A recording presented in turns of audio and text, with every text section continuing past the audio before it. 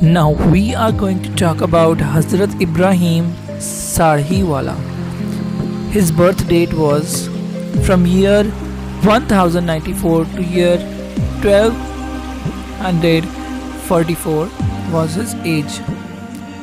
His place of birth was Uchali, name Ibrahim. His father name was Mia Lal. His mother name was Mahmood Khatun. His caste was Awan, Dadhal or Dadial might be. Nature. His nature was a thinker since his childhood. Now let me share some stories about him. Hazrat Ibrahim Sarhiwala went out with his childhood friends in his childhood. He used to eat food of his friends daily. Once all of them asked him to get food himself from his home, but he did not. Then they beat him or treat him like he's a coward. He cannot bring food for them. Then he said, go that side. There's a big tray of halwa. Then all of them ate that halwa, and they replied that this is not a normal taste. So they said that you might be a saint or someone else who is very special to God. Then he said, you have revealed my truth. Then I cannot live with you, so I have to leave you guys. Then he went to the south of Uchali, where he stayed, and his hand has a print there, and people also go and watch that handprint of him, of Hazrat Ibrahim Sarhiwala. Then he went to meet Wasi Azam. Then Wasi Azam sent him to Sindh to hand on Mohsin Shah. Then he make his prayers and promises to Hazrat Mohsin Shah. Later on, he had gone toward the Haram Sharif and he did 30 Hajj. 30 Hajj is very easy to say, but it's not easy to do. آپ کی کرامات کا ذکر کیا جائے تو وہ اتنی زیادہ ہیں کہ ان کو بیان کرنا اور لکھنا آسان کام نہیں ہے.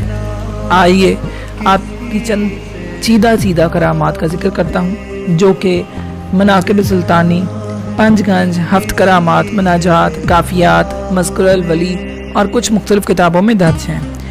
آپ کے پاس جو اجنبی مسافر حاضر ہوتا تو آپ باطنی صفائی کے سبب اس کے حالات اور نام بتا دیتے اور ان کی تعظیم کرتے تھے.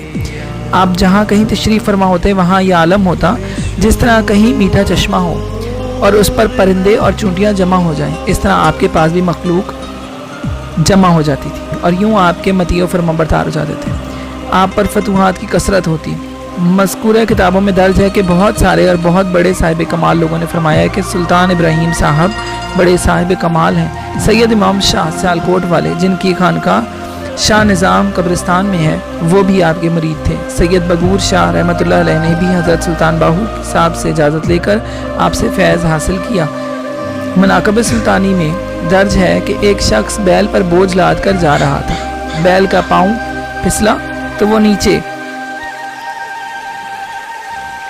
بہت بڑی گہری کھائی تھی اور وہ شخص چلایا، سلطان ابراہیم اللہ کے نام پر میری مدد کرو. بیل سنبھل گیا. دوسرے روز شخص آپ کی خدمت میں حاضر ہوا تو آپ نے اسے اپنے ہاتھ کی ہتھیلی دکھائی تو آپ کے ہاتھ پر اس شخص کے بیل کے کھر کا نشان تھا. حضور سلطان ابراہیم صاحب نے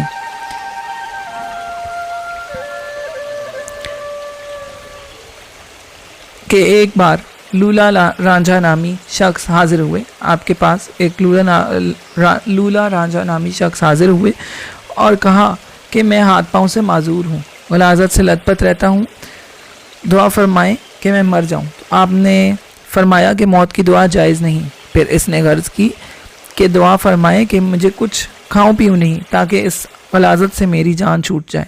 تو آپ نے فرمایا جو چیز مرضی آئے کھاؤ پیو، تاحیات پاخانہ کی عادت نہیں ہوگی. ولی اللہ نے اس شخص کو کی تار جنت سے ملا دی تھی اور اس وقت کے بادشاہوں نے لولا رانجھا کو گرفتار کر کے اچھے کھانے کھلائے اور بند کر دیا، لیکن وہ ولی اللہ کی کرامات تھی۔ تو پھر وہ بادشاہ آپ کی خدمت میں حاضر ہوئے اور معافی طلب کی کہ ہم نے اس کو چیک کیا، یہ آپ کی کرامت تھی، ہمیں معاف فرما دیں، تاکہ تاحیات لولا رانجھا کو خانے کی حاجت نہیں ہوئی۔ آپ نے دائرہ دین میں جب آپ دائرہ دین میں پناہ گزیر تھے، وہاں پہ لنگر کا کام شروع کیا، جس میں 1 بکری اور 4 ٹوپے آٹا روزانہ پکتا تھا، اور ہزاروں کی تعداد میں لوگ لنگر کھاتے پھر بھی ختم نہ ہوتا تھا اور بچ جاتا تھا۔ آپ کی زندگی میں ایک کوے نے لنگر میں چونچ ڈالی تو آپ نے فرمایا کہ آئندہ کوے اب شریف پر نہیں آئیں گے، اور اس کے بعد آج تک کوے اب شریف نہیں آئے۔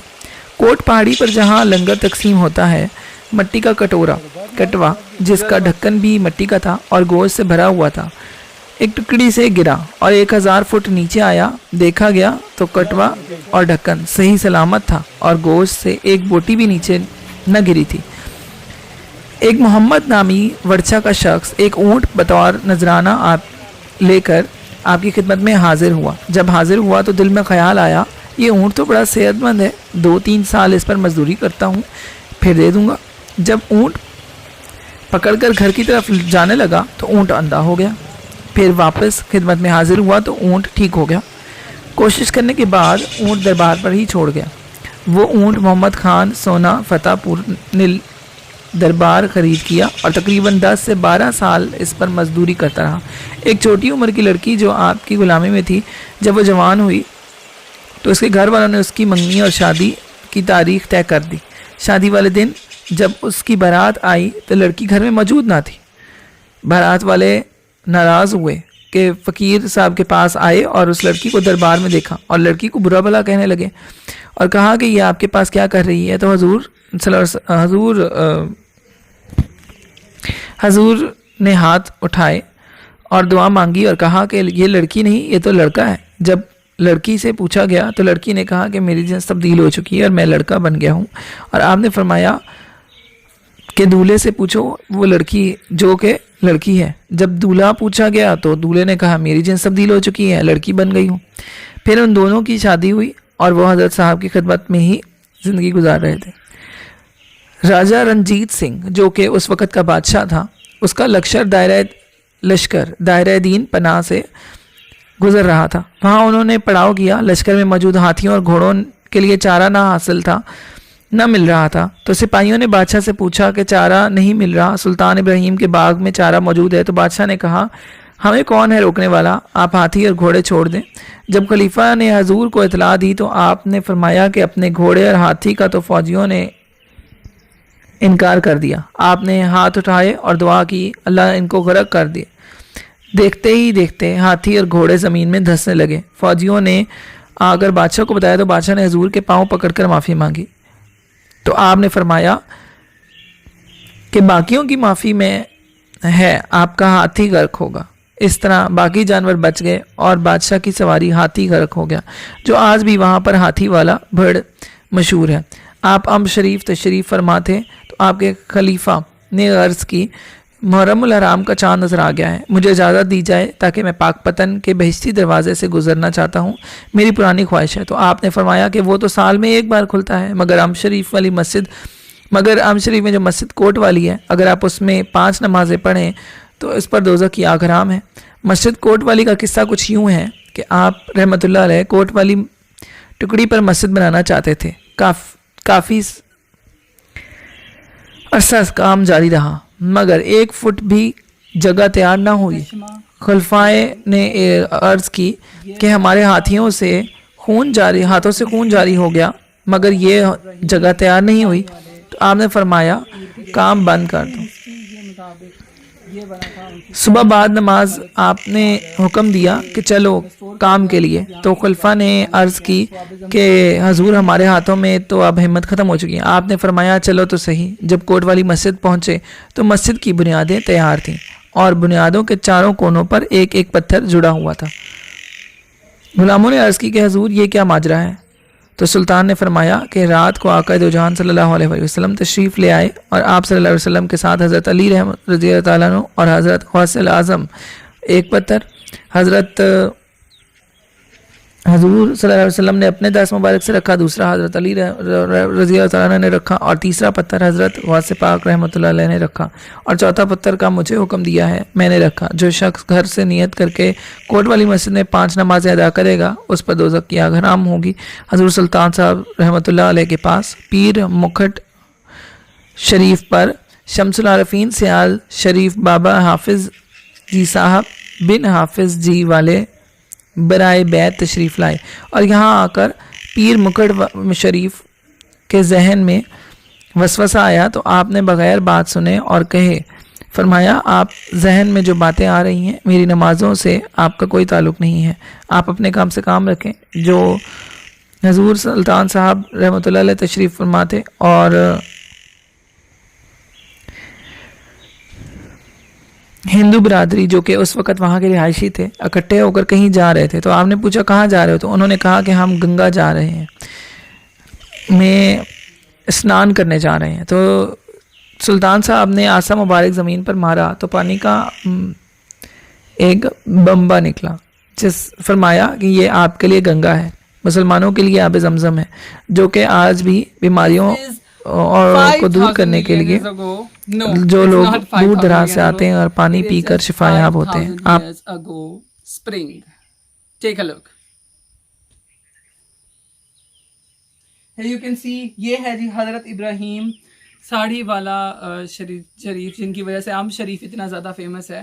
انہوں نے اپنے آسے کی مدد سے یہ ایک چشمہ بنایا تھا اور ایک اور چشمہ بنایا تھا ہندوؤں کے لیے، جو کہ سوکھ گیا ان کے جانے کے بعد جب ہندو یہاں سے ٹرانسفر ہو گئے، لیکن یہ ابھی بھی قائم ہے مسلمانوں کے لیے، اور مسلمانوں کے لیے یہ تھا کہ آب زمزم کا کام کرے گا، اور یہ شاید ایسا کام کرتا بھی ہے، کیونکہ ابھی ہمارے سامنے 2 بزرگ لوگ یہاں سے پانی بھر کے گئے ہیں اور وہ بڑی خواہش کے ساتھ آئے تھے یہاں پر پانی لینے کے لیے۔ That's it. سو ہم نے بھی یہ پانی ٹرائی کیا ہے، it's looking different and it's کول۔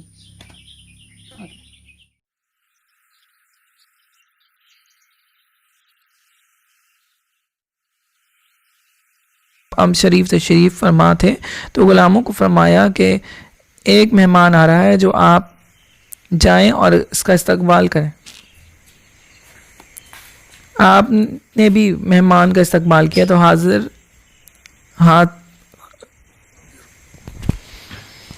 آپ نے بھی مہمان کا استقبال کیا، خاطر تواضع کی، جو مہمان کی حاجت تھی وہ بھی پوری کی۔ مہمان کے جانے کے بعد آپ کے غلاموں نے فرمایا کہ فلاں جگہ کا میراثی تھا، تو غلاموں نے عرض کی جناب اس کا اتنا استقبال کیوں کیا؟ تو آپ نے فرمایا کہ یہ سید بن کر آ رہا تھا اور آقا دو جہان صلی اللہ علیہ وسلم اپنے روزے سے دیکھ کر آ رہے تھے کہ سلطان ابراہیم میرے نام کی کتنی قدر کرتا ہے، اس لیے میں نے اس کی اتنی مہمان نوازی کی۔